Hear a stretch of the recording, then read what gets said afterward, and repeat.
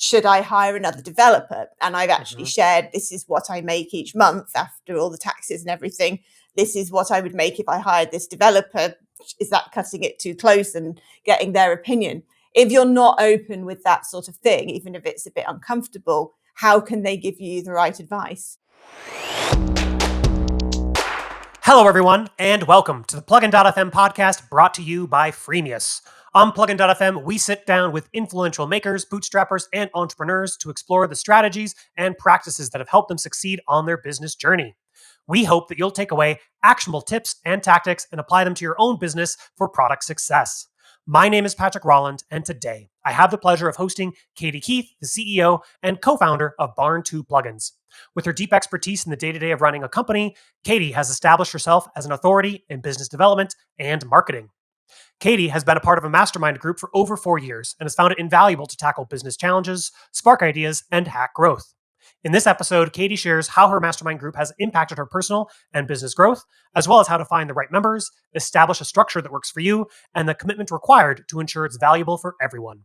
Get ready to be inspired, entertained, and educated as we uncover the immeasurable benefits and collective wisdom of Katie Keith. Welcome, Katie. Hi, thanks for having me. Lovely. So let's go ahead and get started. The question is, why would anyone go to join a mastermind group? But specifically, what was going on with your business and your life that you wanted to join a mastermind group? Well, it was 2019 at the time. I'd been running my plugin company for 3 years at that point, and I was doing fine. It was growing rapidly. I was starting to hire a team in the very early days of that. And I'd started also doing some interviews and things on high-profile WordPress sites like WP Tavern and even things like the Easy Digital Downloads blog. And so my name was just beginning to get out there a bit in terms of telling my story. And then out of the blue, I got an email from the owner of another WordPress plugin company saying that they were setting up a mastermind of plugin companies that were at a similar stage on their journey. And would I be interested in joining? And I didn't think too much about it, to be honest. I didn't think, oh, wow, this is the best thing ever. But it sounded interesting and like a new opportunity. And so I said yes. Awesome. And this is the same group that you're in 4 years later? Yes. Fantastic. Great. So you didn't actually like go out searching for a mastermind. They sort of invited you in, and then you found out all the benefits. Yeah, they never said where they heard about me, but I suspect it was an article, an interview or something that they'd read. And I did discuss things like revenue and some of those. And it said in the email they were looking for people with similar revenue levels because that would indicate a similar level of experience and stage in their business. So I've never actually asked them, but I suspected that that's where they got hold of me from.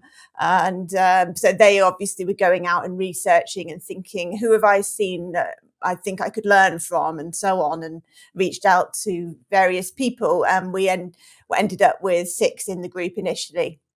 Great. I was going to ask you. So my next question was going to ask how you found the group, but they found you. So did you have to, how about this? Have any of the members left and you had to find new members? Nobody's ever left. We did have a new member, a 7th member joined last year to mix it up a bit, really. It was somebody very good with a lot of experience. And so we've had one new one join, but nobody's ever left.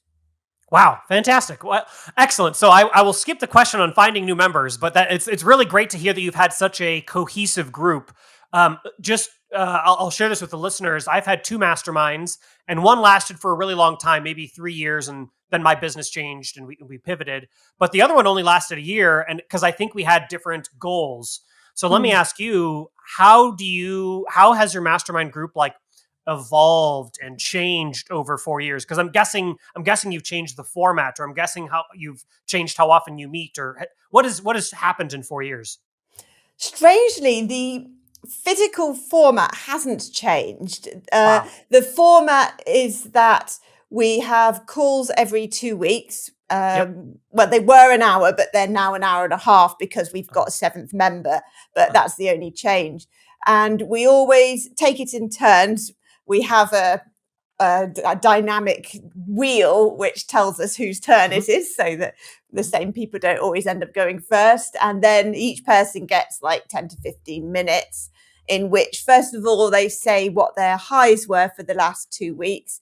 And then they share any lows, negatives that have happened in the last 2 weeks. And then they have the opportunity for a hot seat where they discuss with the group anything that they feel they could get something out of. And we can talk more about examples of that later. So that's the format of the calls, which has never changed. And in addition, we have a Mastermind Slack group, in which we just talk in between whenever something comes up. So while the format hasn't changed, the group has, because of the relationships evolving.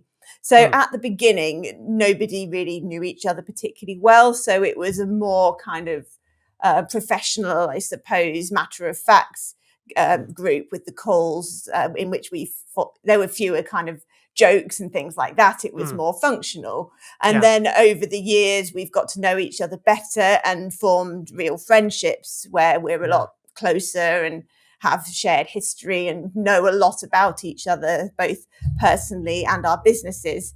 And we've supported each other through some changes in our lives and businesses and things. So while the format hasn't changed, the dynamic has, because we've got closer. Very cool. So I didn't expect that answer. I love hearing that because I think, in a mastermind group, I imagine you talk with other business owners and you learn a lot of, we had trouble hiring or we had trouble increasing prices. You learn these technical things or these processes that they've gone through. I didn't expect to hear that there's like an emotional connection. You've become friends. And because I think, life is intertwined with business, and it's great to have someone who understands your business and how your life might affect your business and vice versa. So I think that's a benefit that I wasn't even imagining when we started this conversation. Yeah, I don't know what other groups are like, but it takes time. But eventually those things, I suppose, would naturally evolve if you put the time into it. And I know you want to talk about that a bit later, about how much you need to invest in it. So it's part of that. Yeah. Very cool. One of the things that worked for me with one of my mastermind groups a little while back was we had very short intros, like 5 to 10 minutes each, and then it was almost like an hour-long hot seat. Is your hot seat shorter? Is it only like 10 minutes for you to like dig into a problem, or is it longer than that? Yeah, it's 10 to 15 minutes. Sometimes it will go on for a bit longer, but we're aware and respect each other's time and each other's need to have that input as well. There was one ever where somebody had a particular crisis in their business where everybody mutually agreed that the whole meeting would be dedicated to him and what to do about this situation. But generally, everybody has a hot seat. Therefore, we have to limit the time. Got it. Fantastic. Love this. This is super interesting. So let me ask about how many members should a group have? I know yours has 6 and then 7. Is there an ideal group size? Do you see benefits of going down to 4? My groups are both 4 people, or is there benefits to going up to like 10, or is 7 the magic number? I think that 4 to 6 is the magic number. Since we've got 7, it's been really great to have someone new in the group, and he's brought a lot in and a fresh perspective as well. And it's been really good to learn about a different business because I already knew the others so well. But if I was choosing a number, then I think 7 is a bit much. For example, we could have hour-long meetings before with 10 minutes each, and now we've expanded it and it's just that bit long. So I'd say keep it 4 to 6, because you wouldn't want to go too much less than 4 because you want that breadth of experience. I know that one person in my mastermind group is in a 2-person mastermind with somebody else, but that's not really a mastermind in the same way. I suppose they're sharing ideas, but I think it's useful to have multiple perspectives. Oh, yes, absolutely. Yeah, having a wide range of perspectives is good, but I'm guessing that does tap out at like 7, whereas I'm sure with 4 people, you still get a bunch of perspectives. Cool. Yeah.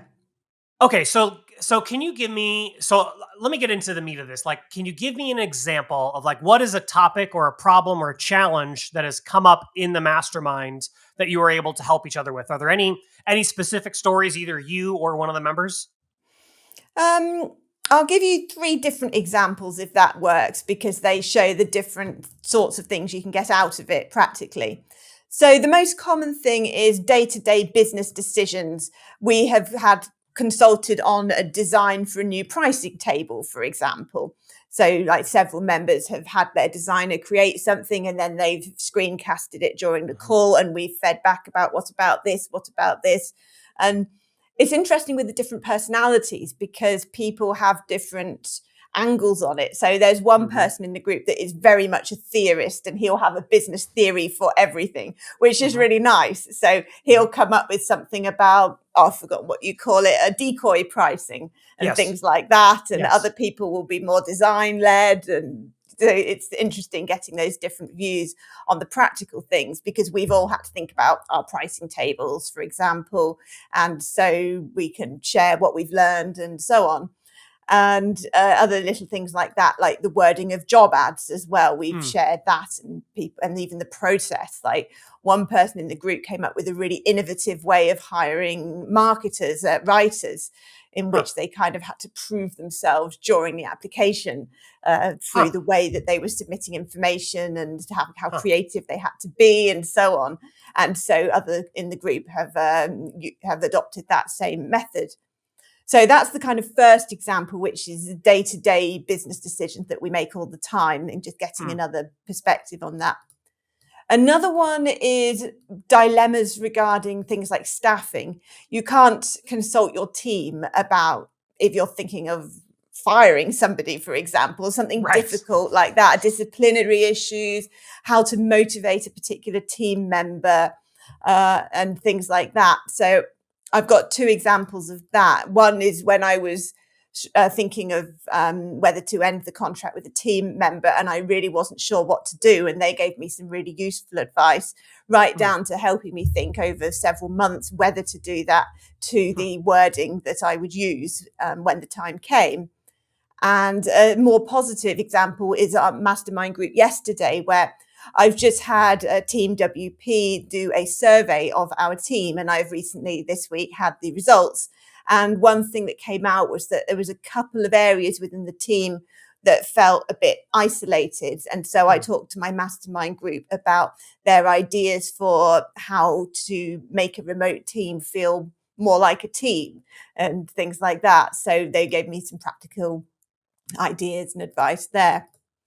And the third area is the really big, kind of more life-changing business decisions, which has come up at least twice in the few years we've been talking to each other. So one of our group was acquired, and we supported him and advised, and that was a really interesting process, seeing it from start to finish. And other people have thought about either acquiring companies or being acquired. And we've talked about the pros and cons and helped them. Also, because we know each other quite well, we've helped them more like emotionally think about, what do you want from your life and how does this decision fit into it? And because we have that knowledge of each other, and we can kind of almost challenge sometimes and say, is that really what you want? What are the benefits? And so on. And actually 2 people in our group, actually one invested in the other as well. So they actually are now working together, and as a result of the group. So you can kind of see how these things can work out just through the shared experience and knowledge. Yeah. I mean, so all level of decisions, from pricing tables, hiring new people, and the wording on the job applications, up to, oh my God, like do we let this person go, which is a big decision, and then really big decisions, being acquired or selling your business, that type of stuff. I mean, so you're covering literally everything. Are there like topic days, where it's like, hey, in 2 weeks, I really want to talk about this big thing, and sort of people focus in on that? Or is it just literally whatever's come up that week? The only time that has happened is Black Friday, because that's the shared thing that we're all focusing on all at once. So we will typically have a pre-Black Friday planning call where we might share the things we've learned from the previous year and share the designs of our landing pages and things like that. Oh, that's awesome. That's good. I like it makes sense when all of you are doing the similar things. Are you all, and let me ask you this, are you all like plugin businesses or something similar to that? Yeah, all plug-in businesses. Yeah, mostly Got it. non-competing, although there are some exceptions. Got it. Great. Yeah, I'm sure that shared experience adds a lot and prevents a lot of rookie mistakes. Mm. I don't know about you, but the way I learn is by making every mistake once and then going, "Oh, I shouldn't do that again."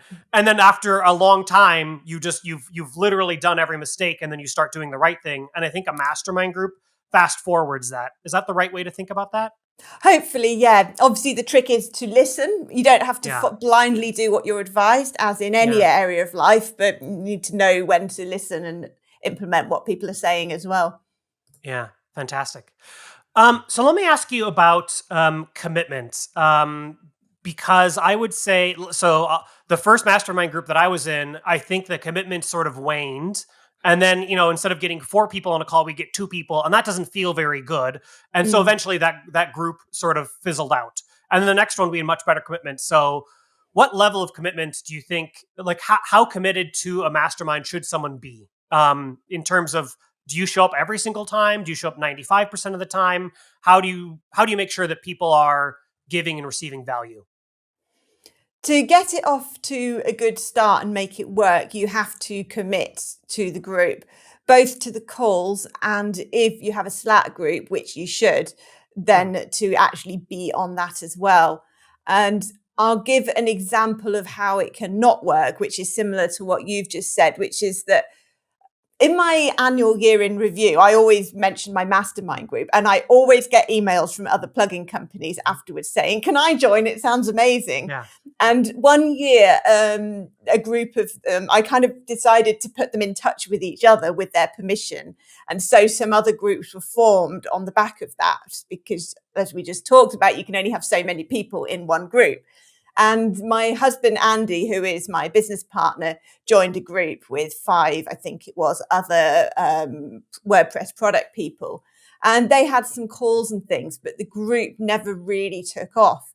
I can't speak for the other group members, but I know that Andy kind of likes to focus on what he's working on and wasn't particularly open to going into Slack constantly and chatting with Hmm. them and sharing ideas, and didn't have that attitude of Hmm. working together. Whereas I think in my group, we've almost seen it as like a kind of co-management team, really, that we've Hmm. got people to consult with all the time. And so we were actively in Slack. And admittedly, some of the group members are more available than others, particularly on Slack, because some people compartmentalize their Hmm. time and plan their calendars, and they don't cope well with distractions. Other people are multitaskers and are okay with dipping in and out of conversations through the day Hmm. and so on. So not everybody's the same availability, but generally everybody has committed to the calls. And that's made a big difference. And there's at least 4 of us that are very committed to the Slack group Yeah. throughout the day, really, just like I am with the Barn2 team, who I have to Yeah. be available for on Slack. Yeah.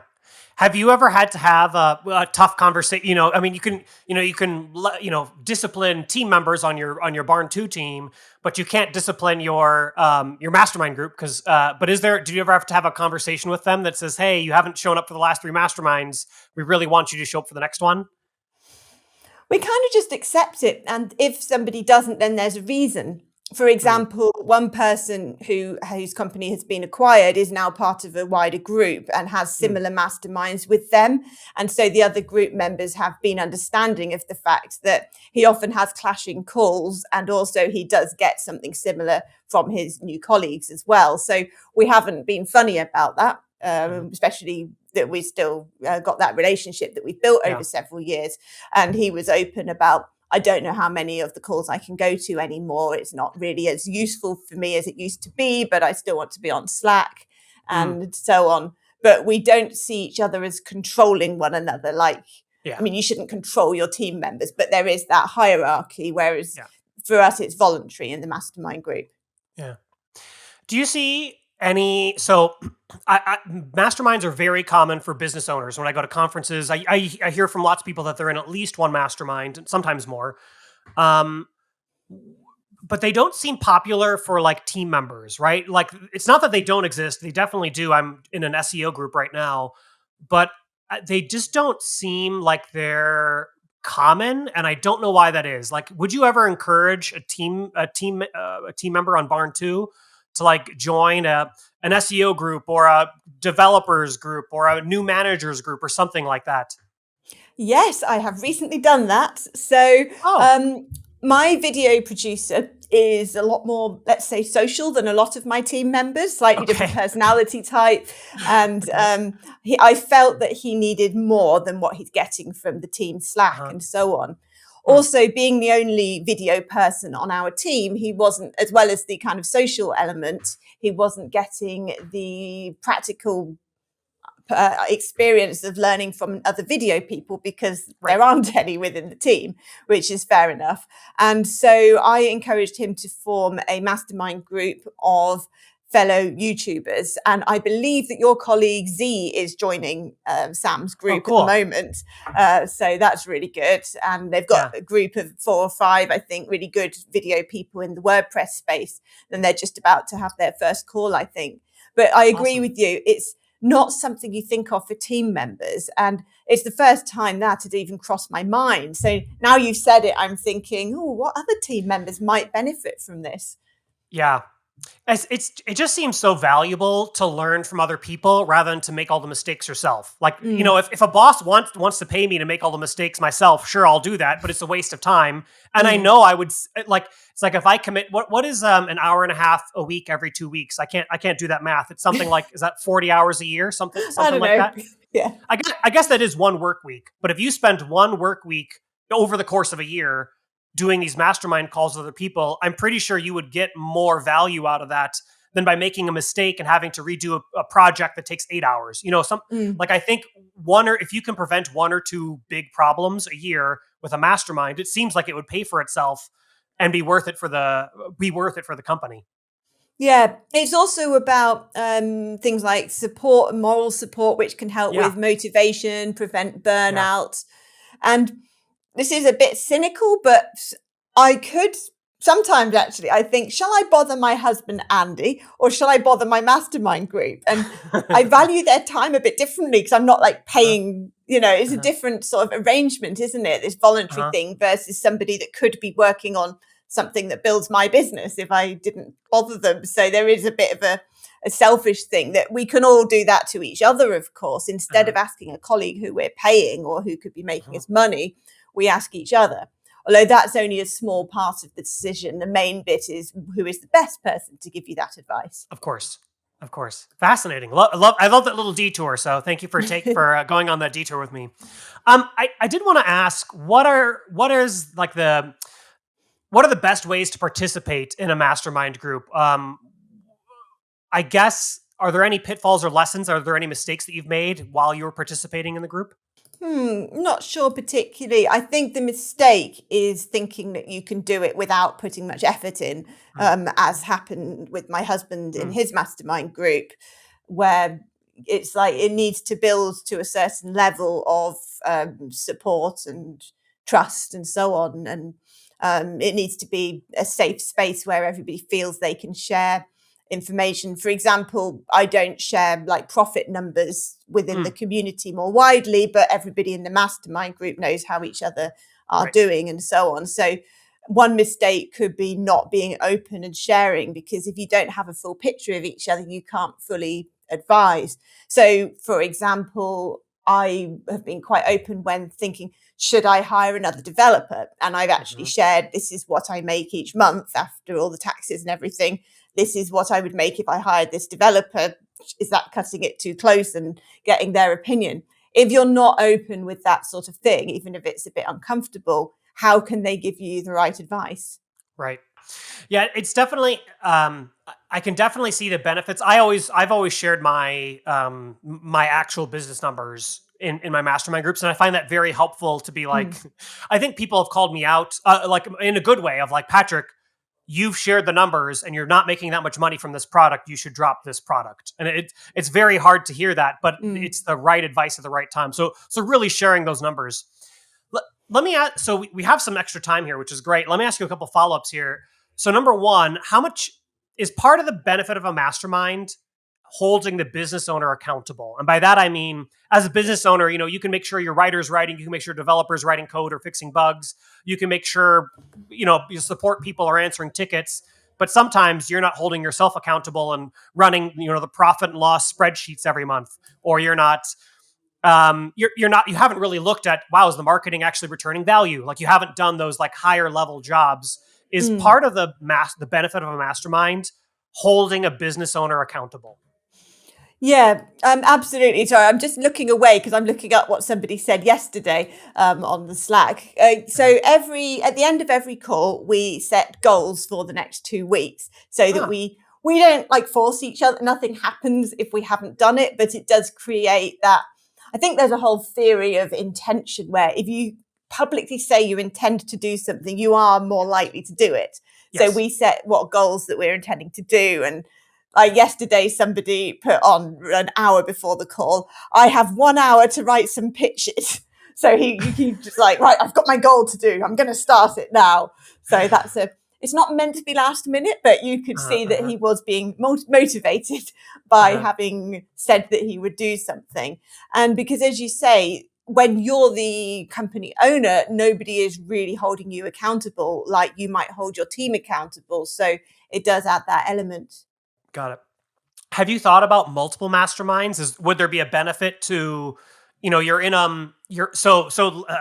I tried one the one successful mastermind I was in, we all did very similar things. We were all course creators and we all shared knowledge about how to create courses. All that stuff was really good. We had slightly different topic areas. The other one that didn't do so well was we all used WooCommerce, but it was like one person ran a store, one person sold software. I created courses on it. Like there was all these, we had a topic area and that one I think just fizzled. But have you thought about, is there a different angle of a mastermind you might join for a second one? Or is there no desire to start or join a second one? I have wondered that mainly after my year in review posts when people start reaching out and some really great people who I really respect reach out and say, can I join? And I think, well, my group doesn't want to be any bigger, but I could join a group with this person. And I'm like, that's a big commitment because like I said, you need to put the time in. But interestingly, I'm very slow. I only joined Twitter like 6 months ago, but I'm actually getting a lot of the benefits out of the Twitter community that I have had from my mastermind group. And there's an interesting analogy to be drawn between what you can get from a more wide sort of place. Like I will often put something on Twitter now instead of my mastermind Slack and say, what do you think about this? Or like maybe a draft something or other that someone's designed and get feedback from the WordPress community on Twitter. Yeah. And while you don't have the obviously confidential space and you don't have the same relationship building element of it, you do have the benefit of a wider breadth of experience. So that's a way to kind of have a sort of semi mastermind, some of the benefits as well as the main one. Yeah. I guess I think the phrase is like the wisdom of the crowds, and there is some wisdom in crowds for sure. And especially if you've and I've seen you on Twitter a lot in the last 6 months, so I don't know how you grew that Twitter following engagement so quickly, but well done. But you ask really good questions on there, and I see really good responses to your questions. So there is definitely a lot of value in. I'm thinking about, or I think I saw one about hiring, I'm thinking about this role. What are important things to consider? You can still get a ton of valuable insight from Twitter and they don't need to know your financials. Whereas I think the confidential information is helpful it gives a little bit more context, but you don't always need that context. Yeah. With the mastermind group, for example, I think Barn2 are probably the second biggest team within the group. So there isn't that much experience of growing certain roles like marketing roles and things like that. Whereas on Twitter, there's a lot of people in the WordPress community that follow me who have hired lots of marketing roles and can speak to that. So a lot of the questions I previously put on my mastermind group will go on Twitter either instead or in a more anonymized form, I suppose, to get that wider types of feedback. So it's interesting thinking about the relationship and the best place to ask each question. So obviously when you're starting a mastermind, the intent, I'm sure your intention if you're starting a new one is like, we're gonna eventually grow together. We're maybe strangers or professional colleagues, but we're gonna grow together. We're gonna have this bond, this trust, and maybe even friendship in a while, which sounds incredible. But from day one, I would feel a little bit nervous sharing my numbers with someone. So do you have any confidentiality agreements, like anything written down in like a contract, or is that not necessary? In our case, I would say it's verbal. Okay. We haven't written anything down. I can't remember how long it was before we started sharing numbers more openly or anything. I don't really remember that, but there's a trust element. Fantastic.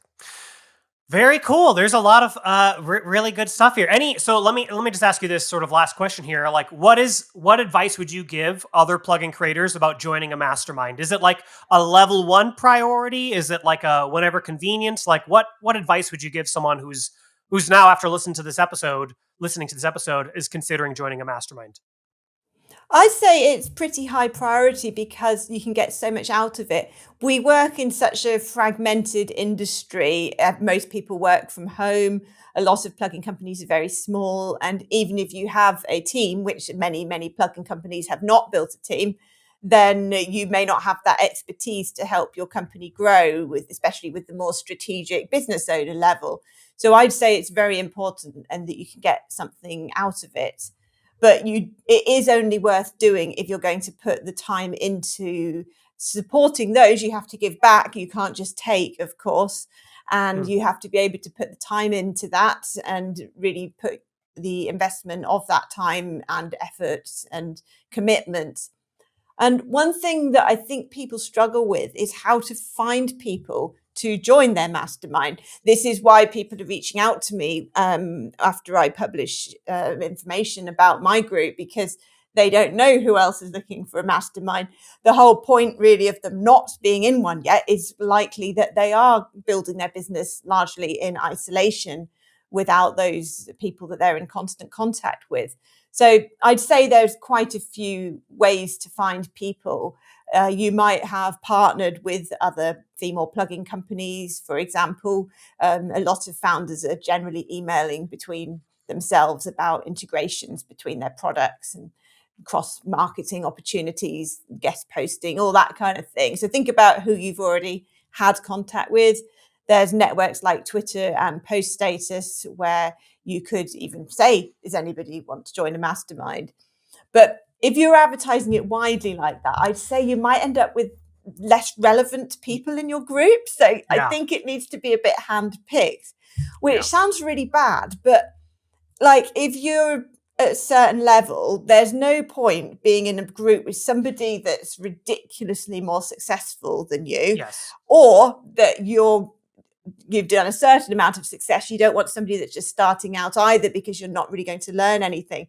So I think it is important to be vaguely in the same place. And therefore, there does need to be an element of handpicking based on what you know about companies.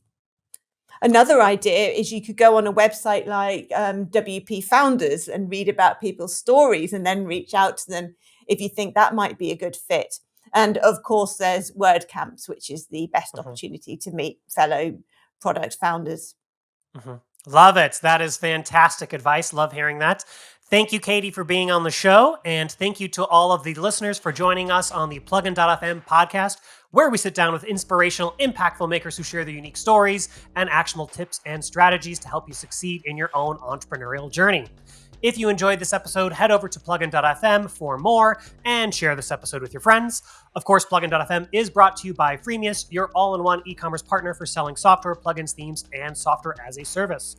If you're struggling to grow your plugin revenue, send a note to contact@freemius.com to get free advice from the Freemius monetization experts. My name is Patrick Rolland, and until next time, happy working on your business. Bye-bye. Bye.